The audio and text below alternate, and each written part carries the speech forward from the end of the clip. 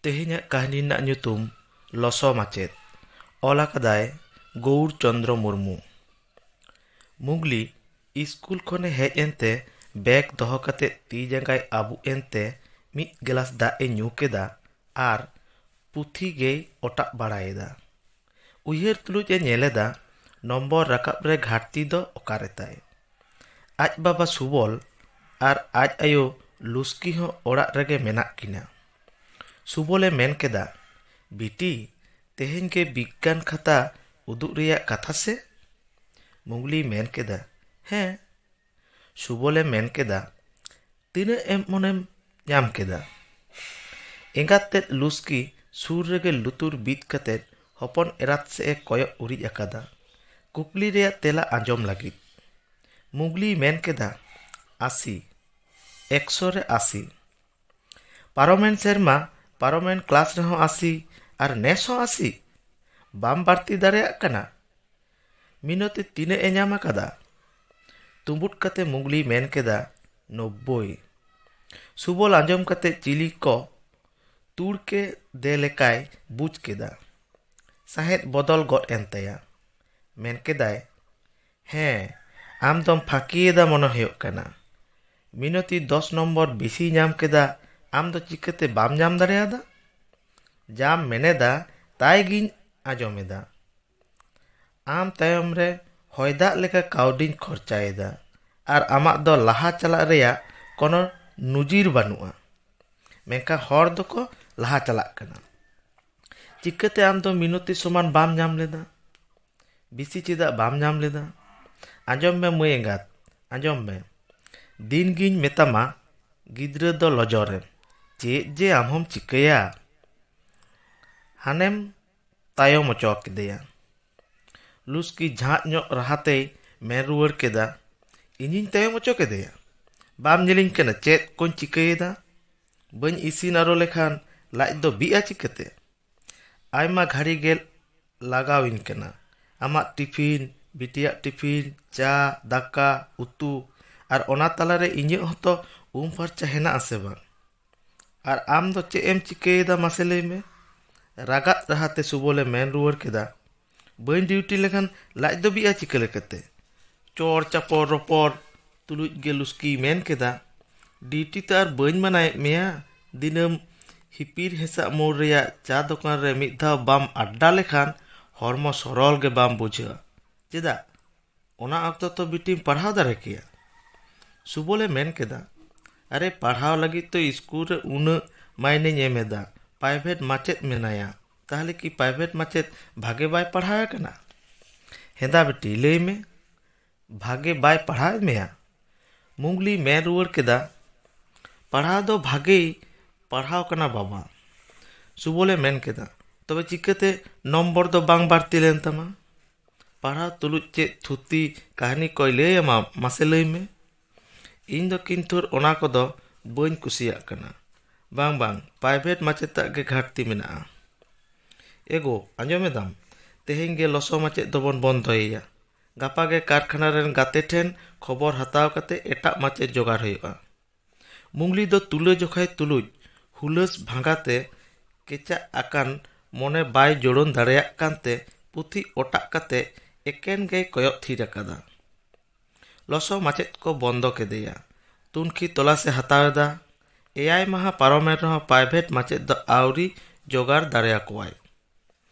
ᱟᱭᱢᱟ ᱢᱟᱪᱮᱫ ᱜᱩᱱᱤ ᱦᱚᱲᱟᱜ ᱥᱟᱨᱦᱟᱣ ᱟᱸᱡᱚᱢ ᱟᱠᱟᱱᱟ, ᱢᱮᱱᱠᱷᱟᱱ ᱯᱨᱟᱭᱵᱷᱮᱴ ᱢᱟᱪᱮᱫᱟᱜ ᱥᱟᱨᱦᱟᱣ ᱟᱠᱷᱲᱟ?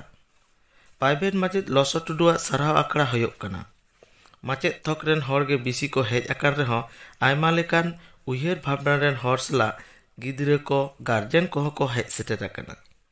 ᱢᱮᱱ ᱜᱟᱱᱚᱜᱼᱟ ᱡᱟᱦᱟᱸᱭ ᱠᱚᱨᱮᱱ ᱜᱤᱫᱽᱨᱟᱹ ᱠᱚᱭ ᱯᱟᱲᱦᱟᱣ ᱟᱠᱟᱫ ᱠᱚᱣᱟ, ᱵᱟᱹᱜᱤ ᱟᱠᱟᱫ ᱠᱚ ᱢᱟᱪᱮᱫᱟᱜ ᱥᱟᱨᱦᱟᱣ ᱟᱠᱷᱲᱟ ᱧᱮᱧᱮᱞ ᱥᱮ ᱟᱸᱡᱚᱢ ᱨᱮᱭᱟᱜ ᱥᱟᱱᱟ ᱫᱚ ᱵᱟᱹᱱᱩᱜ ᱛᱟᱭᱟ ᱥᱩᱵᱚᱞ ᱵᱟᱹᱵᱩᱣᱟᱜ।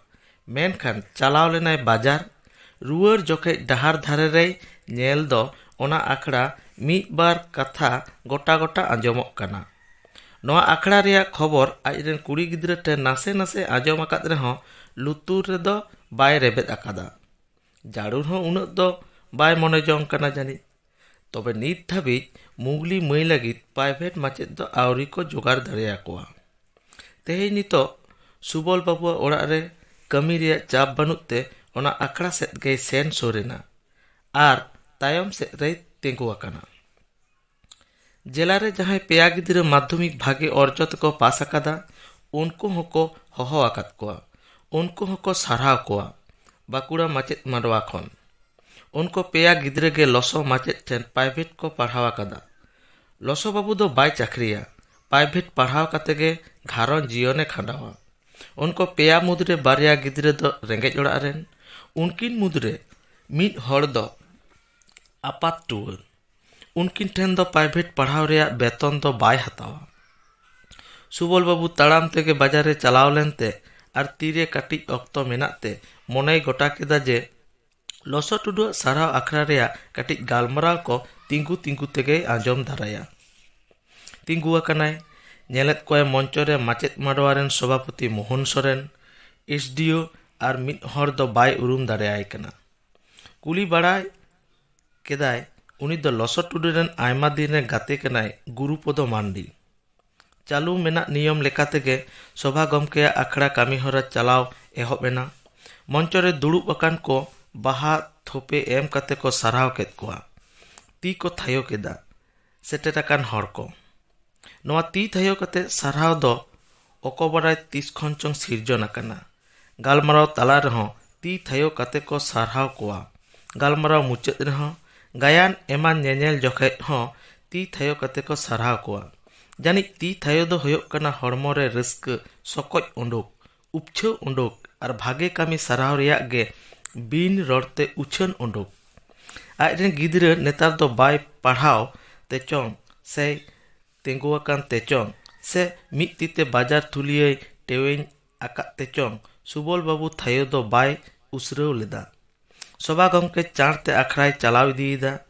एसडीओ तीते उनको पेया गिद्रा आर माचेद लसो टुडू साराव होएना। आजरेन गाते गुरुपदो मांडी गालमराव तुलुजे मेन केदा आदि अभाव संसार रे घारंज रे हामाल गते लसो बाबू दो पुथी पतब खबर काते लाहा चलाव काना। होस्टेल रे जमा नुआ बंधेज ताहे कानते बीए दोय पास लेदा। मेनखान ऑक्तो नापित होड़ा नाहेल साप होरु ईर कामी हो सेन होया कानताया, जहा खातिर पढ़ा ऑक्तो बिसी दो बाय नाम आकादा। माचेद जोगार काते काउडी खरच काते प्राइवेट पढ़ा तो कुकमु। नॉय नौकान आयमा एटकेटोड़े साव लड़ाई तुलुज बीए पास काते घारंज लौकई लागा इदीदा। मिसरात आज आयो आते घारंज ताको चाकरी दो बाय नाम आकादा। आसल रे नितो दो आयमा चाकरी बिनिट रे दुड़ुब लागित ते नम्बर रे परसेंटेज लागा। मेखा आतो ओड़ा रेंगेज ओरेज हर दो बिसी नम्बर ते पास दो काटिज मुश्किल कान गया। ऑक्तो रे पुथी बाको नाम दाड़ेया, लई बुझाव रेन प्राइवेट माचेद बानुक कोआ, एकाल स्कूल भरसा। मेनकान नौकान पटुआ को पारम दाड़ेया। लसो बाबू तालिन दो पढ़ा जीवन खन गाते कनालिन। सरकारी माचेद बांकार रहाय माचेद गमके से मास्टर मेन तेगे को मेताया। आपे पे सापड़ाव आकात लसो बाबू तेहेजा नोआ साराव आखड़ा दो आदि भागे होया कना आर ओसामभे रस्कइन बुझावेदा। निये मेन कातेगे लाटू को दो जोहार आर काटिज को दो दुलड़ एम कातेगे इnye कथा दुñ मुचाद केदा। गालमराव तुलुज महकुमा शासक दोय लई केदा आबो एलाकारेन गिद्रा होतेते एकेन आबो एलाका रेया गौरव कथा दो बांग, नुको दो गोटा दिसोम रेन गौरव। नौकान ओड़ा रेन गिद्रा नुना भागे नम्बर तको पास आकादा नेल आर आजम काते हाहाड़ा एना। रस्का हों आडिन रस्कायेना। नुकोगे आबोरेन आखिर, नुकोगे समाज रेन सोना को होयोआ। नुकोगे गापा हिलो ऑफिस अदालत दिसोम को चलावा। पठुआ को आपे दो नौका मारांगो रेया कुकमु बेगेत काते गे नेल पे। जीत काते कुरुमुटुई तुलुज लाहा चलाप पे। ओना आशा पूरणो तपेया। इnye आशीर्वाद ताहेना। आर मानोता लसो टुडू आम जे चेत मेन कातिन साराव मेया ओना पारसी से रोड पंजाते बन नामेदा। आम दो सारीगे मानमी लेकान मानमी बेनाव रेन निपुण कारीगर कनाम। ᱡᱮᱞᱟᱨᱮ ᱯᱳᱭᱞᱳ 10 ᱜᱚᱴᱟᱝ ᱯᱟᱹᱴᱷᱩᱣᱟᱹ ᱵᱷᱤᱛᱨᱤ ᱨᱮ ᱟᱢᱨᱮᱱ ᱯᱟᱹᱴᱷᱩᱣᱟᱹ ᱜᱮ ᱯᱮᱭᱟ। ᱚᱱᱟ ᱵᱷᱤᱛᱨᱤ ᱨᱮ ᱟᱨᱦᱚᱸ ᱚᱵᱚᱥᱛᱟ ᱵᱟᱝ ᱵᱷᱟᱜᱮ ᱦᱚᱛᱮᱡ ᱛᱮ ᱵᱟᱨᱭᱟ ᱯᱟᱹᱴᱷᱩᱣᱟᱹ ᱫᱚ ᱵᱤᱱ ᱯᱚᱭᱥᱟᱛᱮ ᱯᱨᱟᱭᱵᱷᱮᱴᱮᱢ ᱯᱟᱲᱦᱟᱣ ᱟᱠᱟᱫ ᱠᱤᱱᱟ। ᱱᱚᱜᱼᱚᱭ ᱱᱚᱰᱮ ᱜᱮ ᱢᱟᱱᱚᱵᱤᱠᱚᱛᱟ ᱵᱳধ ᱢᱚᱱᱩᱥᱥᱚᱛᱛᱚ ᱵᱳধ ᱨᱮᱭᱟᱜ ᱩᱯᱨᱩᱢ ᱞᱚᱥᱚ ᱵᱟᱹᱵᱩᱣᱟᱜ। ᱡᱤᱭᱚᱱ ᱨᱮ ᱡᱩᱫᱤᱧ ᱫᱟᱲᱮᱭᱟᱜ ᱠᱷᱟᱱ ᱟᱢ ᱥᱚᱦᱚᱫ ᱨᱮᱱᱟᱜ ᱤᱧ ᱠᱩᱨᱩᱢᱩᱴᱩᱭᱟ। ᱟᱨ ᱛᱮᱦᱮᱧ ᱠᱷᱚᱱ ᱜᱮ ᱤᱧ ᱦᱚᱸ ᱢᱟᱪᱮᱫ ᱥᱮ ᱢᱟᱥᱴᱟᱨ ᱢᱮᱱ ᱛᱮᱜᱮᱧ ᱦᱚᱦᱚ ᱟᱢᱟ।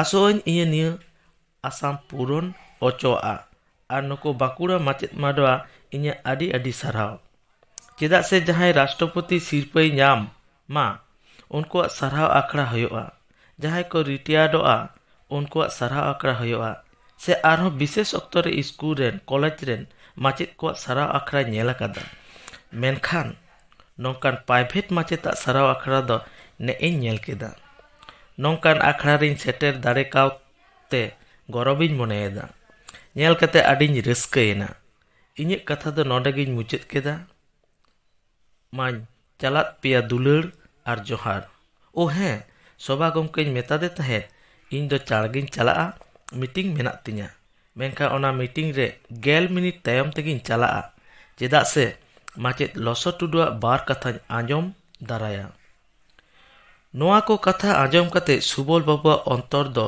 सुघुर सिखनत सुतनते तोल आचुरेन तया मित्तांग झेल सहेद आड़ाक कते सामांग रे तहेकान खाली चेयर मी बितगान और पीछे कते दुड़ुब जुतेना गालमाराव तुलुज लसो टुडुई मेन एदा मानतान सभागम के नौकान आखड़ा सापड़ाव होतेते बाकुड़ा माचेद माडवा इन पाटा खन आदि आदि सारहाव सानाम को गे इᱧ मानत जोहार और कटिज को तो इᱧ दुलड़ इन जहां को कथाñ लई लागिद ओना रेया आयमा गे इन खन लाहा बक्ता किन लई आकादा ओनाते गार्जियन कोठेन इᱧ बारया गान नेहर बाराय अचो कते इᱧ कथा दुñ मुचादा पोयलोते महकुमा शासका कथा आंजम कते इᱧ अंतर इᱧ मने रेया आडि गान अभाव पूरणेन तिñा कथा दो हुयुग कना मेटांग गिद्रा और मेटांग गिद्रा साव